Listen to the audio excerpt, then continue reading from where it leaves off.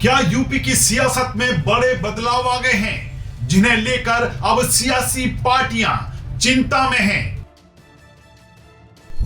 क्या इस बार के विधानसभा चुनावों से पहले यूपी में इस बार जाति धर्म के नैरेटिव पूरी तरह सेट नहीं होने वाले? यूपी में वो कौन बड़ी संख्या में वोटर खड़े हो गए हैं जो ना तो पूरी तरह से जाति से बंधा है और जो ना हर नारे पर अब ताली बजाता है? क्या आपको इन वोटरों के बारे में पता है? क्या आप जानते हैं इन वोटरों को जो सियासी दलों के पीछे आंख मूंद कर जाने को तैयार नहीं हैं?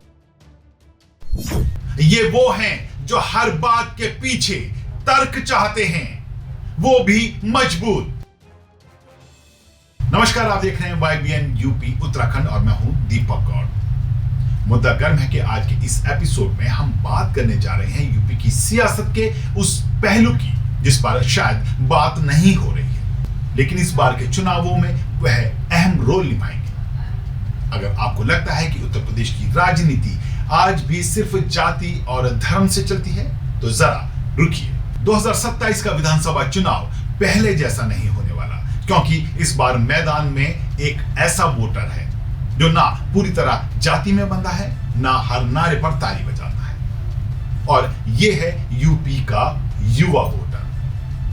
तो सही में आज का मुद्दा गर्म है क्योंकि हम बात करने जा रहे हैं यूपी विधानसभा चुनावों में उस युवा वोटर की जो इस बार सत्ता का रुख बदल भी सकता है। तो आपको बता दें कि उत्तर प्रदेश में करीब 60% वोटर 18 से 40 साल के बीच हैं। अगर इस साल SIR के बाद जारी आंकड़ों में युवा की स्थिति को बताएं तो इस बार लगभग 1 करोड़ 5 लाख नए युवा मतदाता हैं जो पहली बार वोट देने जा रहे हैं, और ये नाम इस SIR पुनरीक्षण के दौरान सूची में, मतदाता सूची में मतलब जोड़े गए हैं। अब यूपी में ड्राफ्ट वोटर लिस्ट में कुल 12 करोड़ 55 लाख वोटर शामिल हैं, जिसका लगभग 8.5 से 9% हिस्सा ये युवा वोटर, वन टाइम वोटर नजर आते हैं।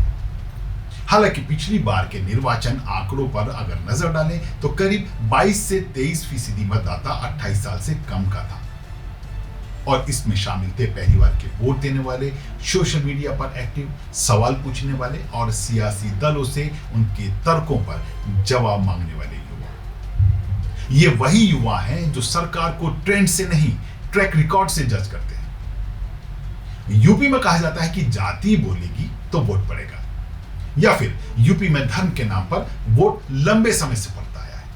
लेकिन आज का युवा पूछता है, नौकरियां कहां हैं? आखिर सरकारी भर्तियां क्यों बार बार रुक जाती हैं? आखिर क्यों बार बार पेपर लीक होते हैं और इनके जिम्मेदार कौन लोग हैं? सवाल पूछते हैं कि वंदे मातरम बोलने से आखिर परहेज किन लोगों को है? आखिर क्यों आक्रांता बाबर को लेकर कुछ लोगों में इतना प्रेम है? आखिर क्यों धर्म और जाति की राजनीति की जाए? विकास पर चर्चाएं क्यों नहीं होती? इन युवाओं का कहना है कि जाति अब पहचान है लेकिन फैसला नहीं, और यही वजह है कि कई पारंपरिक वोट बैंक अब टूटता नजर आया है। हिंदुत्व आज भी बड़ा फैक्टर है, लेकिन युवा इसे भावनात्मक नहीं, प्रैक्टिकल नजरिए से देख रहे हैं। मंदिर बना सही है, लेकिन प्रदेश में नौकरी के अवसर नहीं मिल रहे हैं। हमें अपने समाज संस्कृति पर गर्व है, लेकिन हमारे भविष्य का क्या? युवा पूछ रहा है, आस्था के साथ अवसर भी मिलेगा क्या? युवाओं का सबसे बड़ा मुद्दा पढ़ाई के बाद रोजगार के अवसरों को लेकर भी ज्यादा नजर आ रहा है। ये जाति धर्म पर चर्चा से ज्यादा चाहते हैं कि प्रतियोगी परीक्षाओं पर, प्राइवेट जॉब्स पर, स्टार्टअप को लेकर और इन दिनों बढ़ती महंगाई पर चर्चा हो। अब सरकार और सियासी दलों के दावे और इन युवाओं के जमीनी अनुभव, और यहीं से टकराव इनके बीच शुरू होता है। आज यूपी का युवा रैली से पहले रील देखता है, भाषण से पहले मीम देखता है, खबर से पहले क्लिप देखता है। माइक्रो इन्फ्लुएंसर इन दिनों स्थायी नेताओं से ज्यादा असरदार हो गए हैं, लेकिन खतरा भी है फेक न्यूज का, इको चैम्बर्स का, इमोशनल पोलराइजेशन का।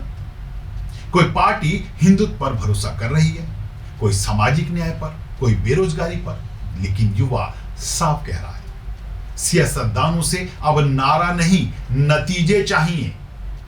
यूपी में 2027 के चुनाव सिर्फ सत्ता की लड़ाई नहीं है, ये लड़ाई है पुराने फार्मूले बनाम नई सोच की, पहचान बनाम एस्पिरेशंस की और नारे बनाम नीतियों की।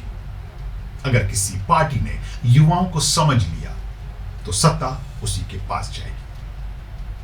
लेकिन अब इस मुद्दे को लेकर आपकी राय क्या है?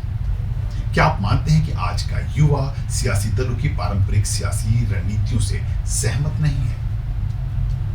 सवाल यह भी है कि क्या आज का युवा वाकई राजनीति में बदलाव लाएगा या युवाओं की सोच के बावजूद जीतेगा पुराना सियासी सिस्टम?